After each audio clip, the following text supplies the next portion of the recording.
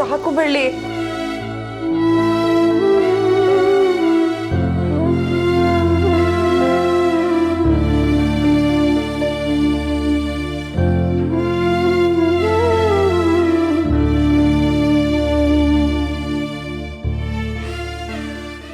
ಮಾಯಕ ಒಂಚೂರು ಎದ್ದೇಳಿ, ಎಳ್ನೀರು ಕುಡಿವ್ರಂತೆ.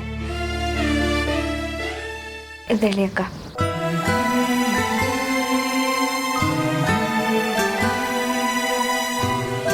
ತಗೊಳ್ಳಿ.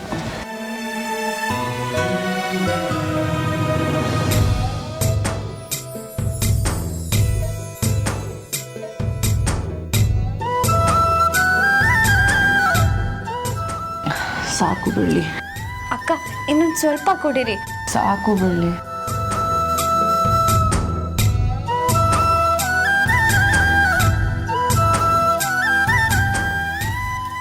ಮಲ್ಕೊಳ್ಳಿ ಅಕ್ಕ.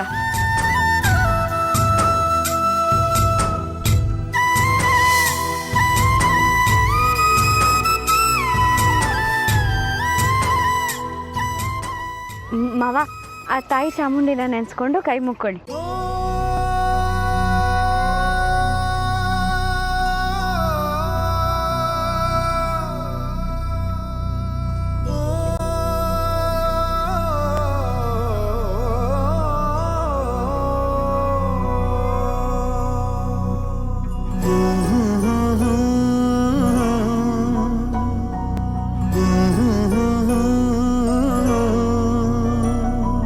ಪರಪಂಚ ನೀನೇ ನನ್ನ ಪರಪಂಚ ನೀನೇ, ಪರಪಂಚ ನೀನೇ ನನ್ನ ಪರಪಂಚ ನೀನೇ, ನೀನೇ ಎಲ್ಲ ಬೇರೇನಿಲ್ಲ. ಪರಪಂಚ ನೀನೇ ನನ್ನ ಪರಪಂಚ ನೀನೇ, ಪ್ರಾಣ ನೀನೇ ತ್ರಾಣ ನೀನೇ. ಬೆಳ್ಳಿ, ಪರಪಂಚ ನೀ ಪೂಜೆಗೆ ಟೈಮ್ ಆಗತ್ತೆ, ಬೇಗ ಮುಗಿಸು. ಹಾ ಅಕ್ಕ, ಕುತ್ಕೊಳ್ಳಿ ಮಾವ. ಕೊಡು ಬೆಳ್ಳಿ. ಇರ್ಲಿ ಮಾವ, ನಾನೇ ಒರೆಸ್ತೀನಿ.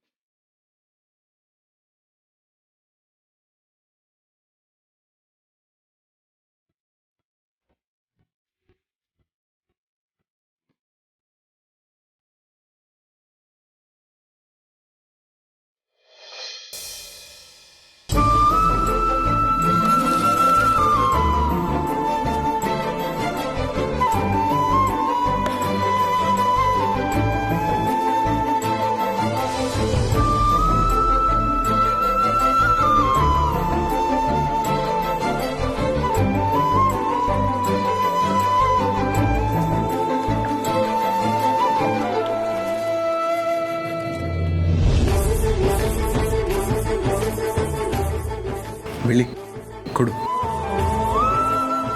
ಪರವಾಗಿಲ್ಲ ಮಾವ.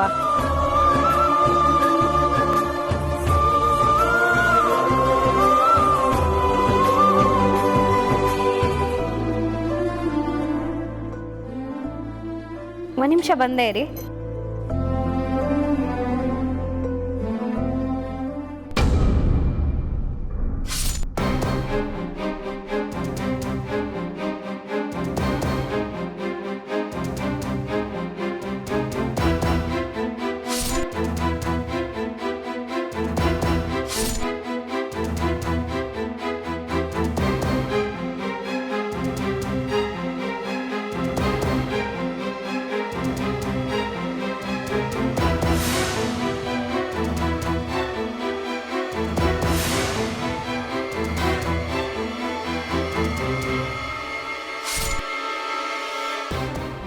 ನೀನು ಇಷ್ಟೊಂದು ಸೇವೆ ಮಾಡ್ತಿದ್ದೀಯ, ಆದರೆ ನನ್ನಿಂದ ಯಾವುದೇ ಪ್ರಯೋಜನ ಆಗ್ತಿಲ್ಲ.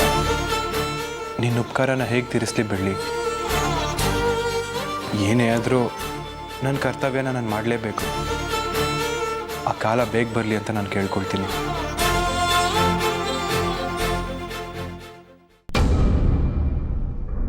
ಹೇಳಿ ಸರ್. ಇಲ್ಲ ಇಲ್ಲ, ಈಗ ಹುಷಾರಾಗಿದ್ದೀನಿ. ಓಡಾಡೋಕ್ಕೆಲ್ಲ ಆಗ್ತಿಲ್ಲ, ಬಟ್ ಐ ಆಮ್ ಫೈನ್. ಒಂದು ಕೆಲಸ ಮಾಡಿ, ನೀವೇ ಮನೆಗೆ ಬಂದ್ಬಿಡಿ, ಇಲ್ಲೇ ಕೂತ್ಕೊಂಡು ಮಾತಾಡೋಣ. Okay okay.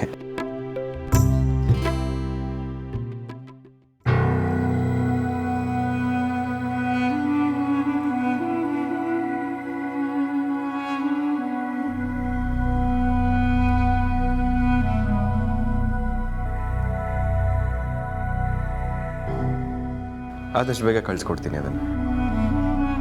ಮಾವ, ಒಂದು ನಿಮಿಷ ಬೆಳ್ಳಿ. ಓಕೆ ಸರ್, ನೀವು ಮನೆಗೆ ಬಂದ್ಬಿಡಿ, ಇಲ್ಲೇ ಮಾತಾಡೋಣ. ಸರಿ, ಓಕೆ. ಈಗ ಹೇಳು ಬೆಳ್ಳಿ, ಏನು ವಿಷಯ? ಮಾವ, ನಿಮ್ಮ ಹತ್ರ ಒಂದು ವಿಷಯ ಮಾತಾಡಬೇಕಿತ್ತು.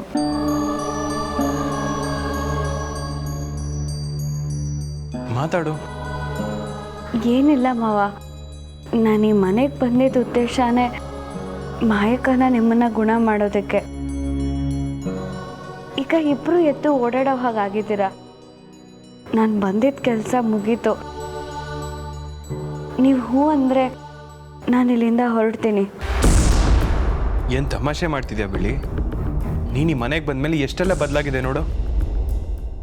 ಎಲ್ಲರೂ ಆಕಾಶನೇ ತಲೆ ಮೇಲೆ ಬಿದ್ದಿರೋ ಥರ ಆಡ್ತಿದ್ರು, ಆದರೆ ನೀನು ಎಲ್ಲನೂ ಮೀರಿ ನನ್ನ ಮಾಯನ ಗುಣ ಮಾಡಿದ್ಯಾ.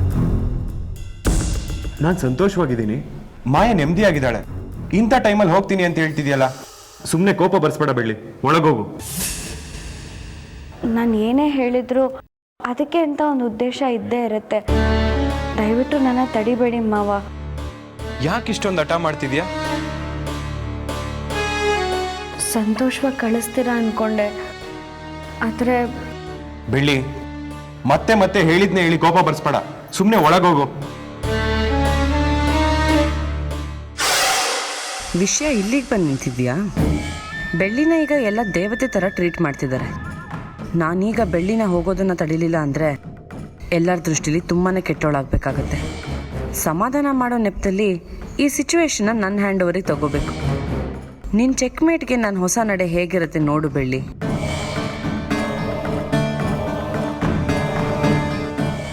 ಇಲ್ಲ ಮಾವ, ನಾನು ಜಾಸ್ತಿ ದಿನ ಇಲ್ಲಿದ್ದಷ್ಟು ನಿಮಗೆ ತೊಂದರೆ. ಬೆಳ್ಳಿ, ಅದೇನಂತ ಮಾತಾಡ್ತೀಯಾ?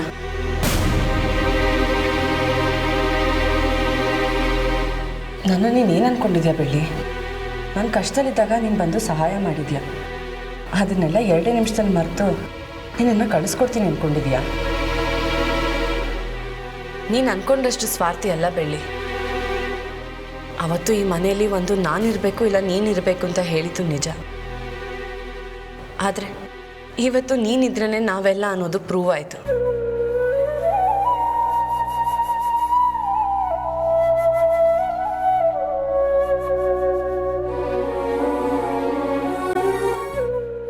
ತಾಯಿ ಮಗುನ ಆರೈಕೆ ಮಾಡಿದಾಗೆ ನೀನನ್ನು ಆರೈಕೆ ಮಾಡಿದ್ಯಾ.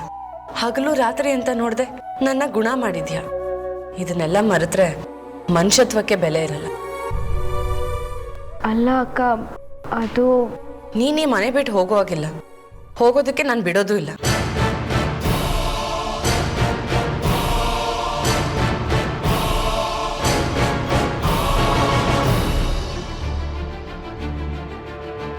ನಿನಗೆ ಮಾನಸಿಕ ಕಾಯಿಲೆ ಇದೆ ಅಂತ ಎಲ್ಲರೂ ಅಂದ್ಕೊಂಡಿದ್ದಾರೆ. ಅದು ಸುಳ್ಳು ಅಂತ ಗೊತ್ತಾಗ್ತಿರ್ಲಿಲ್ವಾ? ಆಮೇಲೆ ಕಾಯಿಲೆ ಇದೆ ಅಂತ ಸುಳ್ಳು ಹೇಳಕ್ಕೆ ಡಾಕ್ಟ್ರಿಗೆ ದುಡ್ಡು ಕೊಟ್ಟಿದ್ದು, ಮುತ್ತಣ್ಣನ ನಂಬಿಸಿದ್ದು ಎಲ್ಲ ತಿಳಿತಾ ಇತ್ತು. ಅಷ್ಟೇ ಅಲ್ಲ, ಮುತ್ತಣ್ಣ ಬೆಳ್ಳಿಗೆ ಮದುವೆ ಜವಾಬ್ದಾರಿ ಕೊಟ್ಟಿದ್ದು ನೀನು ಆಡಿದ ನಾಟಕದಿಂದ ಅಂತ ಗೊತ್ತಾದ್ರೆ ಏನಾಗ್ತಿತ್ತು? ನಿನ್ನ ಮನೆಗೆ ಬಂದು ರಂಪಾಟ ಮಾಡಿದ್ದು, ಬೆಳ್ಳಿ ಹತ್ರ ಸಾಫ್ಟಾಗಿ ನಡ್ಕೊಂಡಿದ್ದು, ಇದೆಲ್ಲ ರೆಕಾರ್ಡ್ ಆಗ್ತಿತ್ತು. ಆಮೇಲೆ ನಿನ್ನ ಕತೆ ಏನಾಗ್ತಿತ್ತು ಅಂತ ಯೋಚನೆ ಮಾಡು. ನಾನು ಯಾಕಿರಲ್ಲ ಅನ್ನೋದಕ್ಕೂ ಒಂದು ಕಾರಣ ಇದೆ. ನಿಮಗೆ ನನ್ನ ಮೇಲೆ ಕಾಳಜಿ ಇರ್ಬೋದು, ಪ್ರೀತಿ ಇರ್ಬೋದು, ಈಗ ಈ ಮನೆಯಲ್ಲಿ ಉಳ್ಕೊ ಅಂತಾನೂ ಹೇಳ್ಬೋದು. ಆದರೆ ಮುಂದೆ ಒಂದಿನ ಮತ್ತೆ ಈ ಮನೆಯಲ್ಲಿ ಮದುವೆ ಟೈಮ್ ಬಂದಾಗ ಎಲ್ಲದಕ್ಕೂ ನಾನೇ ಕಾರಣ ಆಗ್ತೀನಿ. ನಾನು ಮದುವೆ ನಿಲ್ಲಿಸೋದಕ್ಕೆ ಇದ್ದೀನಿ ಅನ್ನೋ ಕಳಂಕ ಬರಬಾರ್ದಕ್ಕ. ಆ ಉದ್ದೇಶಕ್ಕೆ ನಾನು ಹೋಗ್ತೀನಿ ಅಂತ ಹೇಳ್ತಿರೋದು. ದಯವಿಟ್ಟು ನನ್ನ ತಡಿಬೇಡಿ ಅಕ್ಕ, ನಾನು ಹೋಗಲೇಬೇಕು. ಅವತ್ತು ನಾನು ಯೋಚಿಸದೆ ನಿನ್ನ ಮೇಲೆ ಆರೋಪ ಮಾಡಿದೆ, ಆದರೆ ಪ್ರತಿ ಸರಿ ಹಾಗೆ ನಡೆಯಲ್ಲ ಬೆಳ್ಳಿ. ನನಗಿವತ್ತು ನಿಜಾಂಶ ಗೊತ್ತಾಗಿದೆ. ನೀನು ನಮಗೆ ಹಿತೈಷಿ ಆಗಿದ್ಯಾ, ನಮಗೆ ಒಳ್ಳೇದೇ ಬಯಸ್ತೀಯ, ನಮ್ಮ ಪ್ರಾಣನೇ ವಾಪಸ್ ತಂದು ಕೊಟ್ಟಿದ್ಯಾ ಅಂದಮೇಲೆ ನಾನು ನಿನ್ನ ಮೇಲೆ ಹೇಗೆ ಅಪಾರ್ಥ ಮಾಡ್ಕೊಳ್ಳಿ ಹೇಳು? ಮದುವೆ ವಿಚಾರವಾಗಿ ಯಾರೇ ತಪ್ಪಾಗಿ ಮಾತಾಡಿದ್ರು ನನ್ನಲ್ಲೇ ಒಂದು ಕೆಟ್ಟ ಭಾವನೆ ಶುರು ಆಗ್ತಿತ್ತು. ನನಗೆ ಗೊತ್ತಿಲ್ಲದೆ ಕೋಪ ಬರುವಾಗ್ತಿತ್ತು. ಆಮೇಲೆ ನಾನು ಏನು ಮಾಡ್ತೀನಿ, ಹೇಗೆ ನಡ್ಕೋತೀನಿ ನನಗೆ ತಿಳಿತಾ ಇರಲಿಲ್ಲ. ಆದರೆ ಈಗ ಯೋಚಿಸೋ ಬುದ್ಧಿ ಬಂದಿದೆ. ದಯವಿಟ್ಟು ಹಳೇದೆಲ್ಲ ಮರೆತು ನನಗೋಸ್ಕರ ಈ ಮನೆಯಲ್ಲೇ ಇರಬೇಕು ಬೆಳ್ಳಿ. ಅದಕ್ಕೆ ಆಕಾಶದಲ್ಲಿ ಚಂದ್ರ ಹೇಗಿರ್ತಾನೋ ಈ ಮನೆಗೆ ಬೆಳಕಾಗಿ ನೀವು ಹಾಗೆ ಇರಬೇಕು. ಪ್ಲೀಸ್ ಅದಕ್ಕೆ ಇಲ್ಲ ಅನ್ಬೇಡಿ.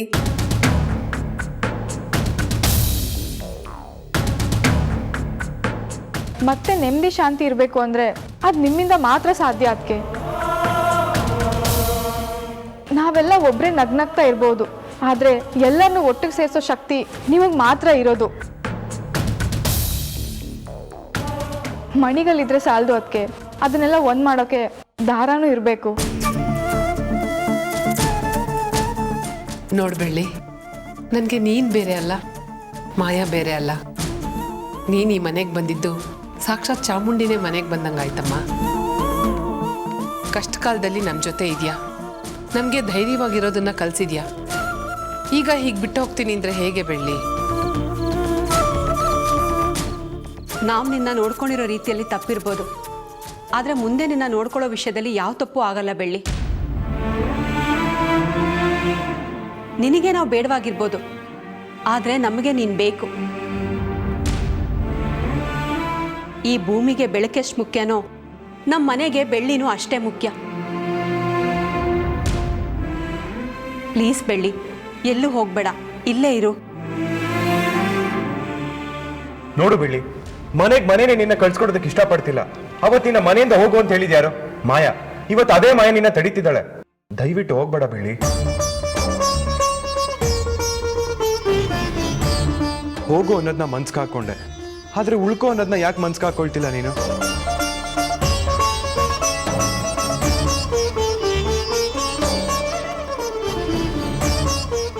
ಎಲ್ಲರೂ ನನ್ನ ಪ್ರೀತಿಸ್ತಾರೆ, ನಾನು ಒಪ್ಕೊಳ್ತೀನಿ ಮಾವ. ಇವತ್ತಿದ್ದ ಮನುಷ್ಯ ನಾಳೆ ಇರಲ್ಲ ಅಂದಮೇಲೆ ಎಲ್ಲರ ಮನಸ್ಥಿತಿ ಒಂದೇ ಥರ ಇರುತ್ತಾ? ಇಲ್ಲ, ನಾನು ಈ ಮನೇಲಿ ಇದ್ದಷ್ಟು ನಿಮಗೆ ತೊಂದರೆ ಜಾಸ್ತಿ. ಮುಂದೆ ಮಾತುಕತೆ ಬಂದು ನಾನು ಈ ಮನೆ ಬಿಟ್ಟು ಹೋಗಬೇಕು ಅಂತ ಬಂದರೆ ನಾನು ಎಷ್ಟು ಭಾರವಾದ ಮನಸ್ಸಿಟ್ಕೊಂಡು ಇಲ್ಲಿಂದ ಹೋಗ್ತೀನಿ ಅನ್ನೋದು ನನಗೆ ಮಾತ್ರ ಗೊತ್ತು.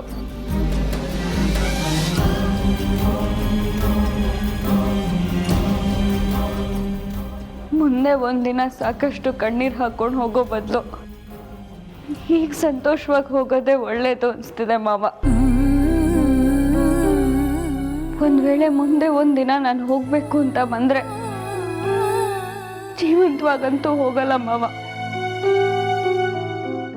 ನಿಮ್ಮ ಮಡ್ಲಲ್ಲಿ ಪ್ರಾಣ ಬಿಟ್ಟು ನೆಮ್ಮದಿಯಾಗಿ ಕಣ್ಮುಚ್ತೀನಿ.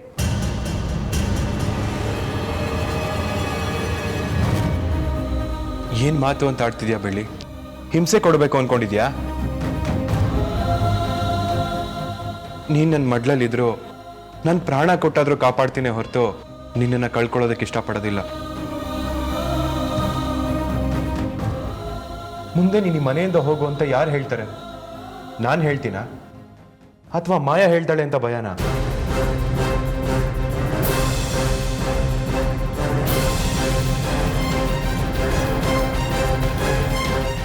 ಅವಳ ಪರವಾಗಿ ನಾನು ಹೇಳ್ತಿದ್ದೀನಿ ಕೇಳು. ಇನ್ಮೇಲೆ ಮಾಯಾ ಆ ರೀತಿ ಮಾತಾಡೋದಿಲ್ಲ, ಆ ರೀತಿ ನಡ್ಕೊಳ್ಳೋದು ಇಲ್ಲ. ಅದಕ್ಕೆ ನಾನು ಗ್ಯಾರಂಟಿ ಬೆಳ್ಳಿ. ನನ್ನ ನಂಬು ಮಾಯಾ. ನೀನಾದ್ರೂ ಹೇಳು ಮಾಯಾ. ಬೇಡ ಮಾವ, ಈ ಮನೇಲಿರೋ ಪ್ರತಿಯೊಬ್ಬರ ಜೊತೆ ಬೆರ್ತಿರೋ ಕ್ಷಣಗಳು ಇನ್ನೂ ನನ್ನ ಮನಸ್ಸಲ್ಲಿ ಹಾಗೇ ಇದೆ. ಖುಷಿ ಆದಾಗ, ದುಃಖ ಆದಾಗ ಅದನ್ನೆಲ್ಲ ನೆನಪು ಮಾಡಿಕೊಂಡು ನನ್ನ ಜೀವನ ಸಾಗಿಸ್ತೀನಿ. ನಿಮ್ಮಿಬ್ರಿಗೆ ಹುಟ್ಟೋ ಮಗುನ ನೋಡ್ಕೊಳ್ತೀನಿ ಅಂತ ಹೇಳಿದ್ದೆ, ಆದರೆ ಆ ಅದೃಷ್ಟ ನನ್ನ ಹಣೆ ಬರಹದಲ್ಲಿ ಬರ್ತಿಲ್ಲ ಅನ್ಸುತ್ತೆ. ಬೆಳ್ಳಿ, ಯಾಕೆ ಹೀಗೆಲ್ಲ ಮಾತಾಡ್ತಿದ್ಯಾ? ನಾನು ಸಾಯ್ತಾ ಇದ್ರು ನಿಮಗೆ ತೊಂದರೆ ಕೊಡಬಾರ್ದು ಅನ್ನೋದೇ ನನ್ನ ಆಸೆ ಮಾವ. ಎಷ್ಟೇ ಕಷ್ಟ ಆದರೂ ಪರವಾಗಿಲ್ಲ, ದೂರದಿಂದನೇ ನಿಮ್ಮನ್ನು ನೋಡಿ ಸಂತೋಷ ಪಡ್ತೀನಿ. ಏನ್ ತುಂಬಾ ದೊಡ್ಡವ್ರ ತರ ಮಾತಾಡ್ತಿದ್ಯಲ್ಲ. ನಿನ್ ಮಾತ್ಗೆ ಹೇಗೆ ಉತ್ತರ ಕೊಡಬೇಕು, ಸಮಾಧಾನ ಮಾಡಬೇಕು ಅಂತಾನೆ ಗೊತ್ತಾಗ್ತಿಲ್ಲ ನನಗೆ. ನೀನ್ ಅವತ್ ಮನೆ ಬಿಟ್ಟು ಹೋಗ್ಬೇಕಾದ್ರೆ ನಾನು ಸುಮ್ಮನೆ ನಿಂತಿದ್ದೆ, ನಿನ್ನನ್ನ ತಡೆಯೋ ಪ್ರಯತ್ನನೂ ಮಾಡ್ಲಿಲ್ಲ. ನಿನ್ನ ಬಗ್ಗೆ ಇದ್ದಿದ್ದು ಒಂದಷ್ಟು ಅರ್ಹತೆ ಕೂಡ ನಾನು ಕಳ್ಕೊಂಡೆ. ಮುತ್ತುಗೆ ಮದುವೆ ದಿವಸನೇ ಅಮ್ಮ ಆಯ್ತು. ಸಾವಿನಂಚಿಗೋಗಿ ವಾಪಸ್ ಬಂದ ಅಂತ ಒಂದಷ್ಟು ಜನ ತಿಳ್ಕೊಂಡಿರ್ಬೋದು. ಅವ್ರಿಗೆ ವಿಷಯ ಗೊತ್ತು ಅಷ್ಟೇ, ಆದ್ರೆ ಅದ್ರಿಂದಿರೋ ನೋವು ಯಾರಿಗೂ ಗೊತ್ತಿಲ್ಲ. ನೀನು ಮನೆ ಬಿಟ್ಟು ಹೋದೆ ನೋಡು, ನಾನು ಕುಸಿಯೋದಕ್ಕೆ ಅದೇ ಮುಖ್ಯವಾದ ಕಾರಣ.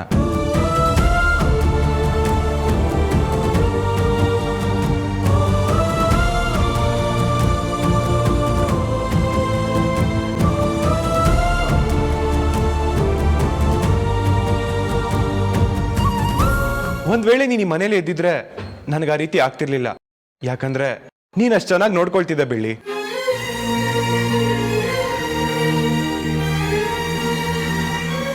ಎಲ್ಲೋ ದೂರದಲ್ಲಿದ್ದು ಬೇಡ್ಕೊಳ್ಳೋದಲ್ಲ, ಜೊತೆಲಿದ್ದು ನನ್ನ ನೋಡ್ಕೊಂಡೆ ನೋಡು, ಆಗ್ಲೇ ನಾನು ನಿಜವಾಗ್ಲೂ ಉಸಿರಾಡಿದ್ದು. ನೀನು ಈ ಮನೆಗೆ ಹೆಜ್ಜೆ ಹಿಡ್ತಿದ್ದಾಗೆ ಹೋಗಿ ಜೀವ ವಾಪಸ್ ಬಂದಾಗಾಯ್ತು. ನೀನ್ ಇದೇ ಮನೇಲಿದ್ರೆ ನಾನು ಚೆನ್ನಾಗಿರ್ತೀನಿ, ಮನೇನೂ ಚೆನ್ನಾಗಿರುತ್ತೆ. ನನಗಾದ್ರೂ ನೀನನ್ ಬಿಟ್ರೆ ಇನ್ಯಾರಿದ್ದಾರೆ ಹೇಳು?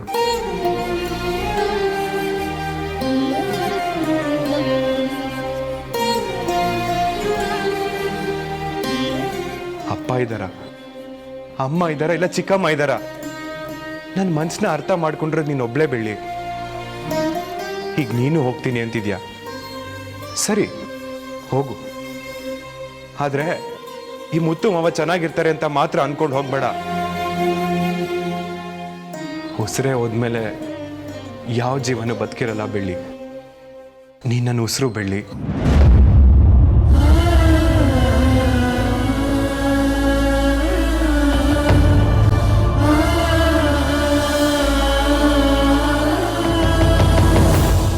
ನಿನ್ನ ಕಳ್ಸ್ಕೊಟ್ಟು ನಾನು ಸುಖವಾಗಿರ್ತೀನ ಬೆಳ್ಳಿ?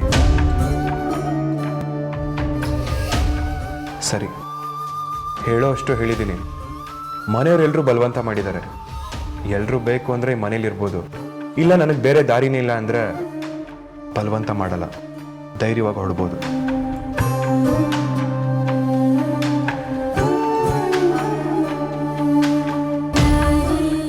ಯಾವುದಕ್ಕೂ ತೀರ್ಮಾನ ಮಾಡಬೇಕಾಗಿರೋದು ನೀನು. ಆದರೆ ಒಂದು ವಿಷಯ ಬೆಳ್ಳಿ ಹೇಳ್ತೀನಿ, ನಡ್ಸ್ಕೊಡ್ತೀಯಾ? ನೀನ್ ಮೊದಲನೇ ಸರಿ ನನಗೆ ಮುತ್ತು ಮಾವ ಅಂದಿದ್ದು ನನ್ನ ಕಿವಿಲಿ ಇನ್ನೂ ಹಾಗೆ ಗೊಯ್ಗುಡ್ತಾ ಇದೆ ಬೆಳ್ಳಿ. ಆ ಸದ್ದನ್ನ ನಾನು ಇಲ್ಲಿಟ್ಕೊಂಡಿದ್ದೀನಿ.